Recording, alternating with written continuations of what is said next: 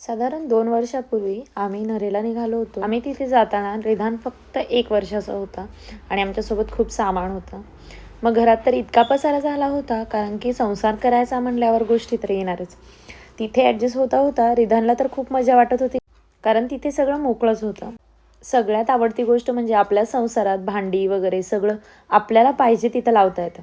सगळं आवरून झाल्यानंतर संध्याकाळचा चहा घेतला आणि हे बघू शकता रिधान किती छोटा होता आणि तिथं रस्त्याचं वगैरे काहीच काम नव्हतं. सासू सासरे तरीही म्हणाले होते की सगळं काम पूर्ण झाल्यावर किंवा तिथे जरा डेव्हलपमेंट झाल्यावर जा, पण यांना काम इथूनच जवळ होतं, त्यामुळे आम्ही इथे लवकर आलो होतो राहायला.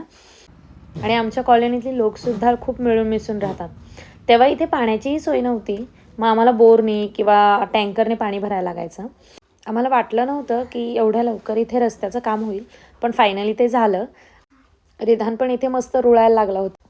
घर आहे म्हटल्यावर घरात तर तुळस हवीच. संध्याकाळचं मस्त वातावरण झाल्यावर आम्ही पप्पाची वाट बघत होतो, कारण रिधानला रोज सवय झाली होती की पप्पा कधी येणार आणि पप्पा त्याच्याशी कधी खेळणार. पावसात तर पप्पांसोबत मस्त मजा करायचा तो. आणि घराचं काम आमचं तर चालूच होतं, कारण वॉटरप्रूफिंग झालं नव्हतं म्हणून नळही आली नव्हती. आणि सासऱ्यांची पुण्याई म्हणून एवढं मोठं घर आम्हाला लाभलं आणि त्यांचे कष्टच म्हणायचे याच्या मागे. कष्टाच्या जोरावर एवढं मोठं घर बांधणं सोपं नाही. त्यामुळे नेहमी आम्हाला त्यांचा प्राऊड फील होतो आणि त्यांच्यामुळे आज आम्हाला हे दिवस बघायला मिळतात.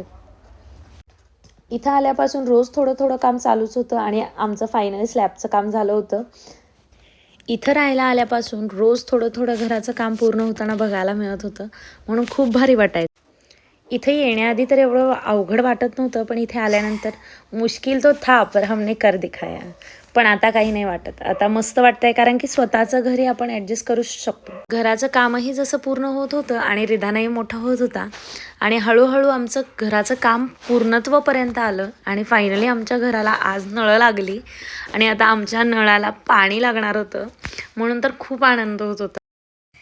पाण्याच्या प्रेशरपेक्षा रिधानचा आनंदच खूप मोठा वाटत होता आणि फायनली नळाला पाणी येतंय याचा आनंद. मग संध्याकाळी आम्ही पार्टी केली.